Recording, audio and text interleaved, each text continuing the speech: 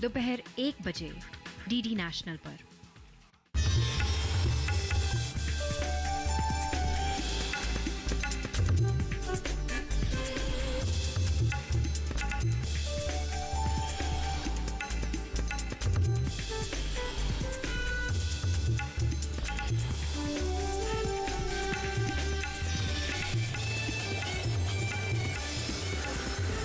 DD किसान, बदलते भारत की शान।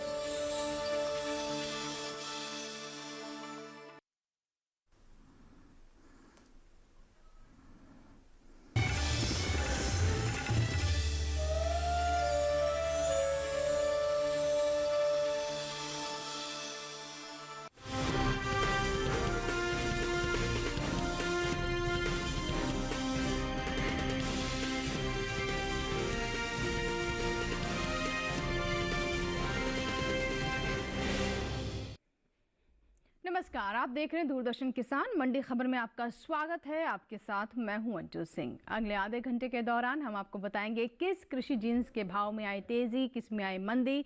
आज हम खास तौर से बात करेंगे मूंगफली, धान, जीरा और धनिया की।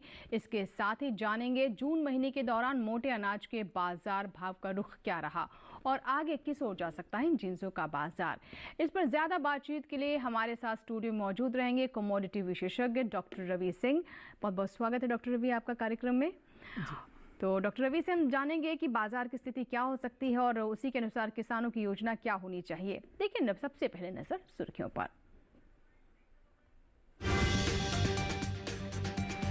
नगरी मंडी में 170 रुपए उछलकर 1950 रुपए हुए धान के सौदे। लालगंज मंडी में 2300 रुपए पर बिकी धान।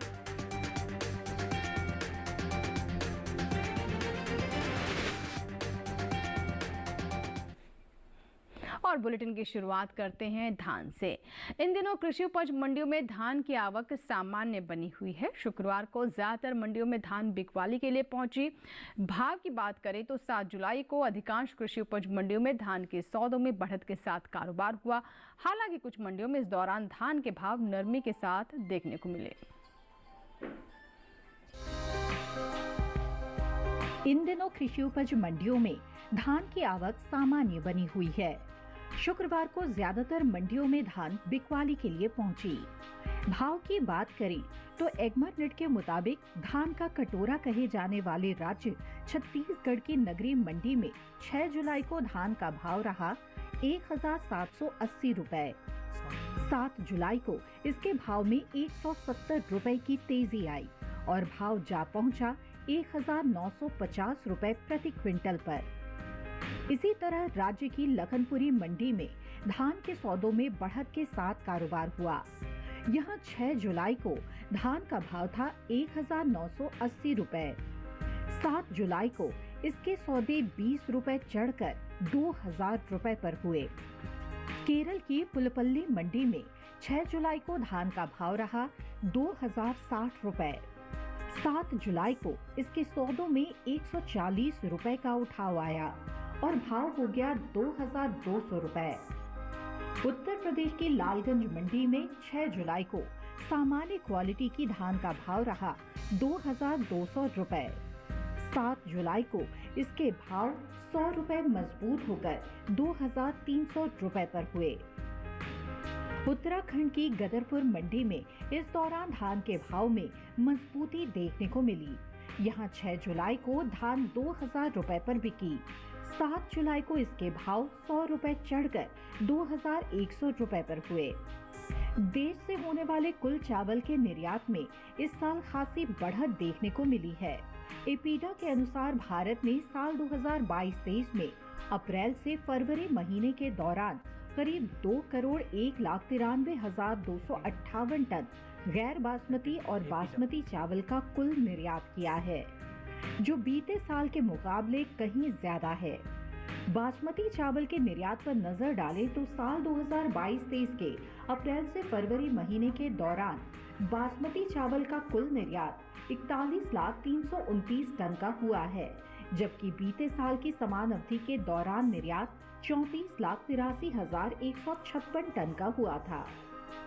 वहीं गैर बासमती चावल के निर्यात में इस साल खासी बढ़त देखने को मिली है। बीते 11 महीने के दौरान गैर बासमती चावल का निर्यात बीते साल के मुकाबले 4 लाख टन से ज्यादा का हुआ है। साल 2022-23 में भारत ने गैर बासमती चावल का निर्यात 1,60,92,000 टन से ज्यादा का किया है, जबकि बीते साल इस दौरान निर्यात 1,56,40,654 टन का हुआ था। भारत चावल का निर्यात अफ्रीका, एशियाई देशों के अलावा दूसरे कई देशों में करता है। बात धान की पैदावार की करें तो घरेलू स्तर पर इस साल धान की पैदावार रिकॉर्ड स्तर पर जा सकती है। कृषि मंत्रालय के तीसरे अग्रिम अनुमान के मुताबिक देश में धान की उपज साल 2022-23 के दौरान 1,355,42,000 टन होने का अनुमान जताया गया है।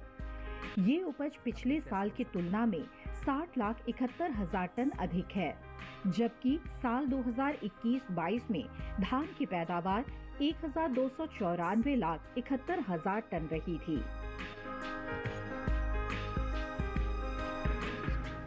तो भी आपने धान पर रिपोर्ट देखी, हमने आपको ये भी बताया कि निर्यात की स्थिति क्या है फिलहाल। आइए बात करते हैं अपने एक्सपर्ट से। डॉक्टर रवि सिंह हमारे साथ स्टूडियो में मौजूद हैं। डॉक्टर रवि, जैसे कि अभी हमने आंकड़े दिखाए और काफ़ी उत्साहजनक आंकड़े हैं, फिलहाल बाजार में क्या लगता है कि क्या स्थिति रह सकती है धान की? देखिए, इस समय अगर देखा जाए तो ज़रूर पैदावार बढ़ने की उम्मीद है, लेकिन ये भी साथ है कि इस बार निर्यात भी काफ़ी अच्छा देखने को मिल रहा है। ख़ास तौर से साउथ की मंडियों में डिमांड काफ़ी अच्छी बनी हुई है, जिसकी वजह से इसके दामों में एक तेज़ी का ट्रेंड है। अभी आने वाले समय में भी दाम यहाँ से कम 8 से 10% तक की वृद्धि दिखा सकते हैं। ख़ास तौर से अगर दाम की बात करें तो जुलाई के एंड और अक्टूबर के फर्स्ट वीक तक दामों में एक अच्छी तेज़ी यहाँ पर बनकर निकलकर देखने को मिल सकती है। जी बिल्कुल। तो जैसा कि आप बता रहे हैं कि इस महीने के अंत तक इसमें 10% तक, जैसे आप बता रहे हैं, शायद इसमें तेज़ी हो सकती है और आगे वाले महीने जो है त्योहारी मौसम भी है पूरा, तो क्या किसानों को किसी तरह की योजना बनानी चाहिए? किस तरीके से उन्हें मंडियों का रुख करना चाहिए? देखिए बिल्कुल अंजू जी, अगर यहाँ पर थोड़ा सा रुक कर आप जो है वो मंडी का रुख करेंगे, आप 15 से 20 दिन का थोड़ा सा समय और रोक सकते हैं। अगर आप मंडी का रुख कर रहे हैं तो मुझे लगता है कि जो दामों में बढ़ोतरी है वो काफ़ी हद तक आपको मंडी में देखने को मिलेगी और आप जब स्टॉक निकालेंगे तो आपको ज़्यादा मुनाफा मिल सकता है। तो मुझे लगता है कि 15 से 20 दिन रुक कर मंडी का रुख करें और आपको जाने में, मंडी वापस पहुंचने में आपको वो जो टाइम लगेगा 1 हफ्ते का, उस हफ्ते में काफ़ी अच्छी तेज़ी होगी और उसका फ़ायदा उठाया जा सकता है। बिल्कुल, तो तेज़ी का फ़ायदा किसान ज़रूर उठाएं और जैसे कि सलाह दे रहे हैं डॉक्टर रवि कि थोड़ा रुक कर अगर हम मंडियों का रुख करेंगे या फिर जिस वक्त आपको ज़्यादा लाभ दिखाई दे रहा है तब मंडियों का रुख करेंगे तो आप ज़्यादा मुनाफा कमा सकते हैं। फिलहाल बढ़ते हैं आगे और नजर डालते हैं बाकी की सुर्खियों पर। मैनपुरी मंडी में 100 रुपए चढ़ा मूंगफली का भाव, राजकोट मंडी में आई 50 रुपए की गिरावट और हलवद मंडी में 6,950 रुपए पर बिका धनिया, 48,000 के पार पहुंचा धनिये का निर्यात।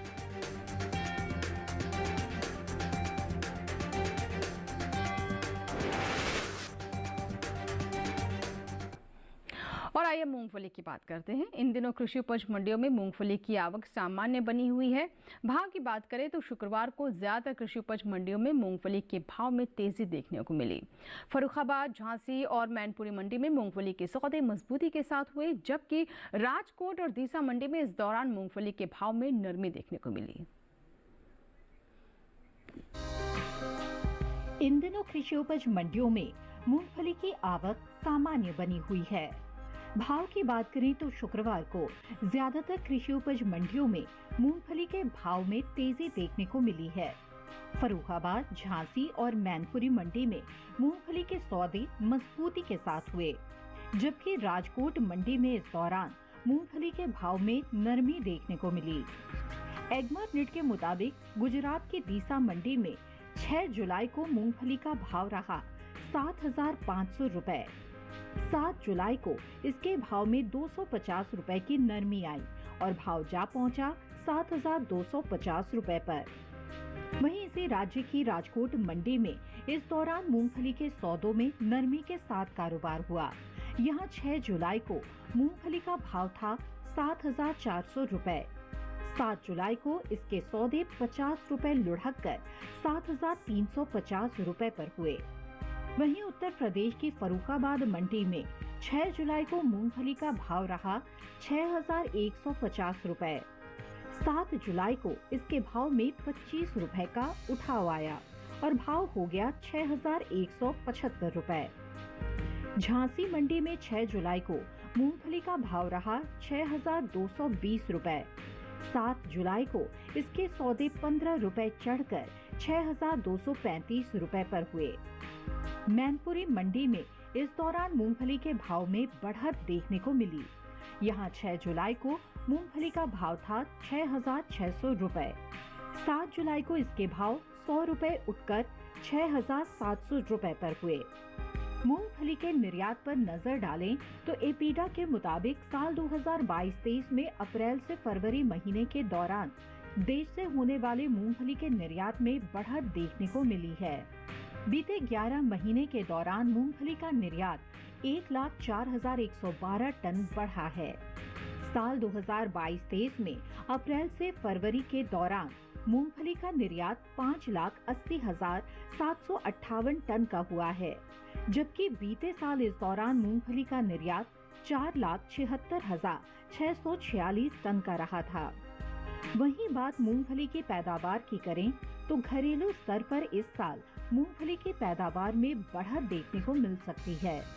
कृषि मंत्रालय के तीसरे अग्रिम अनुमान के मुताबिक साल 2022-23 के दौरान मूंगफली की उपज 102,82,000 टन होने का अनुमान जताया गया है, जबकि बीते साल की समान अवधि के दौरान मूंगफली की पैदावार 101,35,000 टन रही थी। मूंगफली की उपज में हुई बढ़त का असर कृषि उपज मंडियों में इसके बाजार भाव पर पड़ सकता है। तो चलिए मूंगफली पर अब बात करते हैं डॉक्टर रवि से। डॉक्टर रवि, बाजार भाव पर किस तरह का प्रभाव पड़ सकता है? जो फैक्टर्स अभी हमने रिपोर्ट में भी देखे, जाने क्या प्रभाव रहेगा बाजार पर?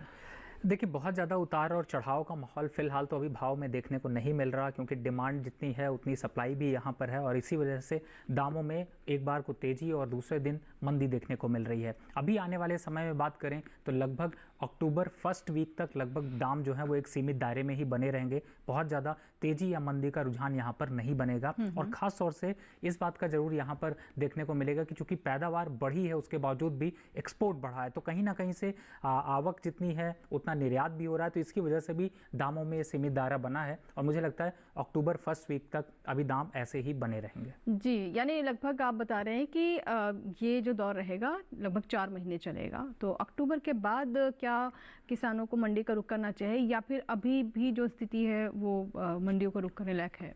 देखिए अंजू जी, ऐसे में किसान भाई बहनों को थोड़ा सा सोच समझ कर रणनीति बनानी पड़ती है और मैं समझता हूँ कि अगर आपको नई फसल की तैयारी करनी है, स्टोरेज की क्षमता कम है या फिर ज़्यादा चार्जेस पड़ रहे हैं, तो आप मंडी का रुख करें। नहीं तो अगर आप सितंबर एंड से अक्टूबर के फर्स्ट वीक तक अगर आप मंडी का रुख करेंगे तो मुझे ऐसा लगता है कि 8 से 10% की तेज़ी बहुत अच्छे से देखने को मिलेगी और उस तेज़ी का आप फ़ायदा यहाँ पर उठा सकते हैं। तो थोड़ा सा समय देना पड़ेगा, लेकिन आपकी जो ज़रूरत है उसका ध्यान रखकर अगर आप स्ट्रैटेजी बनाएंगे तो आपको लिए ज़्यादा फायदा। बिल्कुल, तो ये अपना फैसला हो सकता है किसान का, उसके पास किस तरह के संसाधन है, स्टोरेज की व्यवस्था है या नहीं, या फिर उसे अचानक पैसे की आवश्यकता है या कुछ दिन वो रुक सकता है। इन सभी बातों को ध्यान में रखते हुए ही आप योजना बनाएं कि अभी फिलहाल आपको क्या करना है, अक्टूबर तक रुकना है या फिर इन्हीं महीनों में मंडियों में जाकर अपनी उपज को बेच देना है। आइए बढ़ते हैं आगे और बात करते हैं तिल की। नजर डालते हैं देश की विभिन्न मंडियों में कैसे रहे तिल के भाव। शुरुआत गुजरात की राजूला मंडी से, जहां पर काले तिल का भाव रहा 15,500 रुपए। सावरकुंडला मंडी की ओर रुख करते हैं, यहाँ भाव देख सकते हैं 15,575 रुपए और दाहोद मंडी में भाव रहा 12,500 रुपए। सही भाव आवक और गुणवत्ता के अनुसार है। और इसी के साथ ही वक्त हुआ एक छोटे से ब्रेक का। ब्रेक के उस पार बात होगी मोटे अनाज की। कहीं मत जाइएगा, देखते रहें मंडी खबर।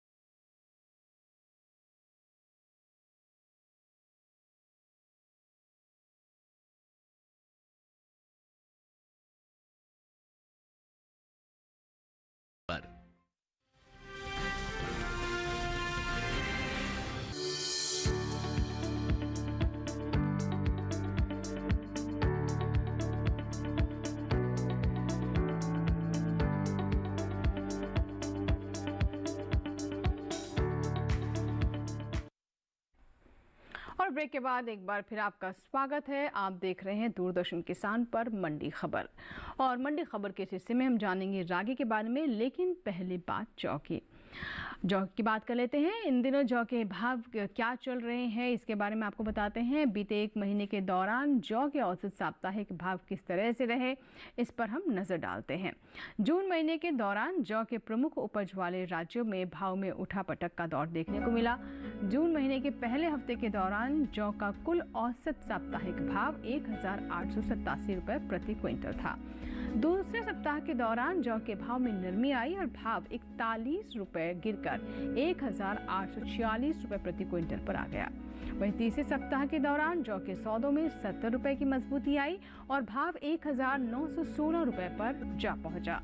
चौथे हफ्ते के दौरान जौ के औसत साप्ताहिक भाव में सुस्ती देखने को मिली और भाव 142 रुपये लुढ़क कर 1774 रुपये प्रति क्विंटल पर आ गया। जुलाई महीने के दौरान जौ की उपज में अहम स्थान रखने वाले राज्य उत्तर प्रदेश की ललितपुर मंडी में खासी आवक देखने को मिली। ललितपुर मंडी में जौ के भाव में घटत बढ़त जारी रहा। एग मार्केट के मुताबिक जुलाई महीने की पहली तारीख को ललितपुर मंडी में जौ का भाव रहा 1780 रुपये। वहीं 3 जुलाई को इसके सौदों में कोई बदलाव देखने को नहीं मिला और भाव 1780 रुपये पर ही बरकरार रहा। वहीं 5 जुलाई को यहाँ जौ 10 रुपये चढ़कर 1790 रुपये पर बिकी। वहीं 7 जुलाई को यहाँ जौ के भाव 60 रुपये चढ़कर 1850 रुपये प्रति क्विंटल पर पहुंच गए। मई महीने के मुकाबले जून में जौ के औसत मासिक भाव में गिरावट देखने को मिली है। मई महीने के दौरान जौ का औसत मासिक भाव 1988 रुपये प्रति क्विंटल था। वहीं जून महीने के दौरान जौ के सौदों में 141 रुपये की भारी गिरावट आई और भाव 1847 रुपये प्रति क्विंटल पर आ गया। आने वाले दिनों में जौ के बाजार भाव का क्या रुख रहेगा, इस पर आइए जानते हैं एक्सपर्ट की राय, यानी डॉक्टर रवि से। डॉक्टर रवि, क्या बताना चाहेंगे, क्या स्थिति रहेगी जौ की? देखिए, फ़िलहाल तो जौ के दाम जो हैं वो नवंबर और दिसंबर में ज़्यादा तेज़ी से देखने को मिलते हैं, और अभी चूँकि यहाँ पर आवक सामान्य है, मंडियों में भी जो है स्थिति काफ़ी हद तक एक सामान्य बनी हुई है। इस वजह से ज़्यादा उतार और चढ़ाव का माहौल नहीं देखने को मिलेगा, लेकिन ये उम्मीद की जा सकती है कि अक्टूबर, नवंबर और दिसंबर तक जौ के दामों में कम से कम 5 से 8% की तेज़ी आपको सीमित देखने को मिल सकती है। बिल्कुल, तो किसान समझ गए हैं कि कब इसके भाव में तेज़ी हो सकती है और उसी के अनुसार आप अपना फैसला लें। फिलहाल अब बात करते हैं बाजरा की और नज़र डालते हैं बाजरा के भाव देश के विभिन्न मंडियों में कैसे रहे। गुजरात की दीसा मंडी से हम शुरुआत करते हैं, जहां पर बाजरे का भाव रहा 2125 रुपये। राजकोट मंडी में भाव रहा 2000 रुपये। राजस्थान की लालसोट मंडी में भाव रहा 1975 रुपये। और ये थे विभिन्न मंडियों में भाव। अब नज़र डालते हैं हम रागी के भाव पर। तो रागी के भाव पर नज़र डालते हैं और बीते एक महीने के दौरान रागी के औसत साप्ताहिक भाव किस स्थिति में रहे, इसके बारे में जानते हैं। जून महीने के दौरान रागी के प्रमुख उपज वाले राज्यों में भाव में उठापटक देखने को मिली। जून महीने के पहले हफ्ते के दौरान रागी का कुल औसत साप्ताहिक भाव 2547 रुपये प्रति क्विंटल था। दूसरे सप्ताह के दौरान रागी के भाव में तेजी आई और भाव 165 रुपये चढ़कर 2712 रुपये प्रति क्विंटल जा पहुंचा।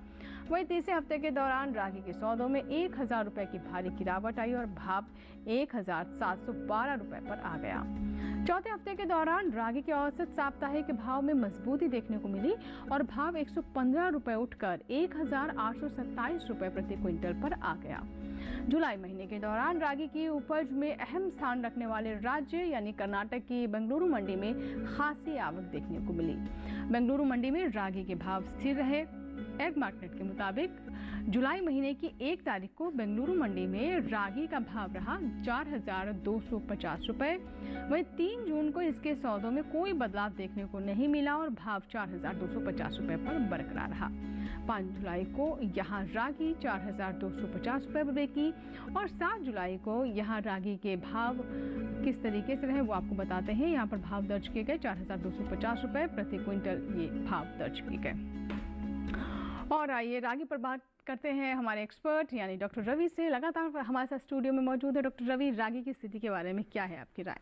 देखिए अंजू जी, इस समय अगर स्टेट वाइज देखा जाए तो काफ़ी हद तक एक सीमित भाव ही बने हुए हैं, बहुत ज़्यादा उतार और चढ़ाव नहीं देखने को मिल रहा है। तो कहीं ना कहीं से डिमांड और सप्लाई जो है वो एक सामान्य बनी हुई है। तो फिलहाल अभी आने वाले समय में कम से कम 1 से 1.5 महीने तक दाम जो हैं वो इसी अवस्था में बने रहेंगे, बहुत ज़्यादा उतार या चढ़ाव आपको देखने को नहीं मिलेगा। बिल्कुल, तो यानी स्थिर रहेंगे भाव, कोई उतार चढ़ाव की फिलहाल आने वाले समय में ऐसे कोई हालात बनते नज़र नहीं आ रहे हैं।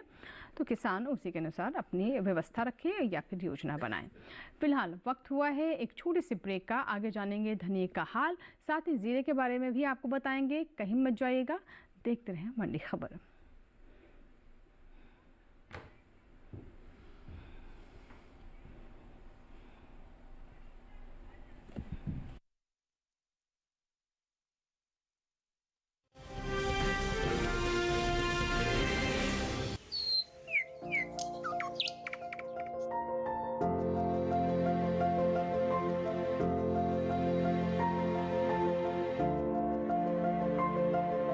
कहाँ होगी बारिश, किस जगह पड़ेगी बर्फ, कहाँ रहेगा कोहरा, कैसा रहेगा तापमान, पर्यटन स्थलों पर क्या रहेगी मौसम की स्थिति। जानने के लिए देखिए मौसम खबर रोजाना शाम 7:30 बजे सिर्फ डीडी किसान पर।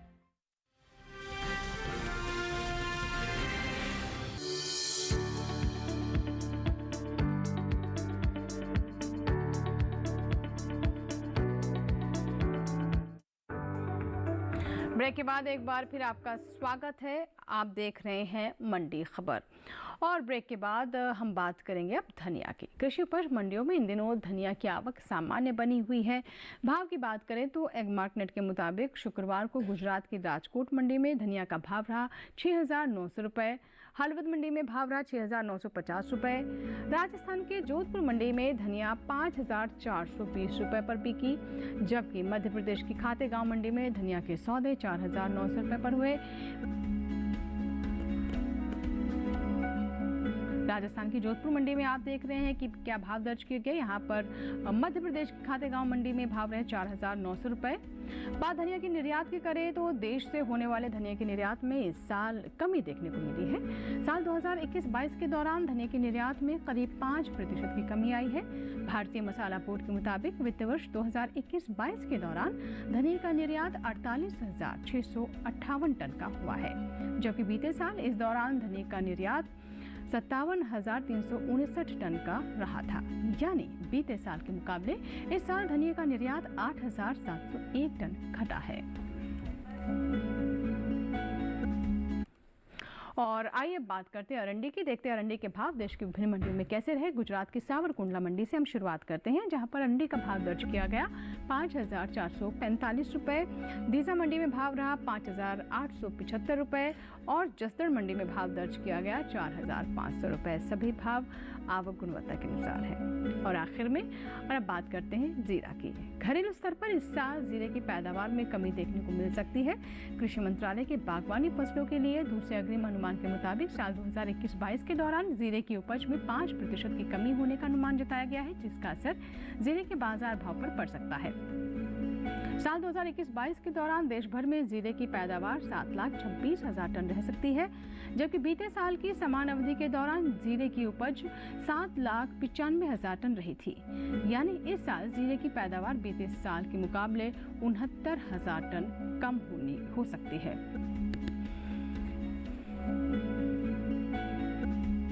तो ये थी जीरे से जुड़ी तमाम जानकारियाँ। इसी के साथ ही आज के मंडी खबर में फिलहाल इतना ही। डॉक्टर रवि आप स्टूडियो में आए और अलग अलग जिन्सों के बारे में इतनी महत्वपूर्ण जानकारी दी। हमारे दर्शकों को बहुत बहुत धन्यवाद। तो उम्मीद करते हैं कि आज के मंडी खबर से हमारे किसानों को मदद हो रही होगी। आप हमारा ये कार्यक्रम यानी मंडी खबर हमारे YouTube चैनल पर भी देख सकते हैं। इसके लिए बस टेलीविजन स्क्रीन पर दिखाए जा रहे इस QR कोड को स्कैन करें और जुड़ जाएं DD किसान के YouTube चैनल से। उम्मीद करते हैं मंडी खबर से आपको अपनी उपज का सही भाव लेने में मदद हो रही होगी। फिलहाल लेते हैं विदा, लेकिन आप बने रहें दूरदर्शन किसान के साथ। नमस्कार।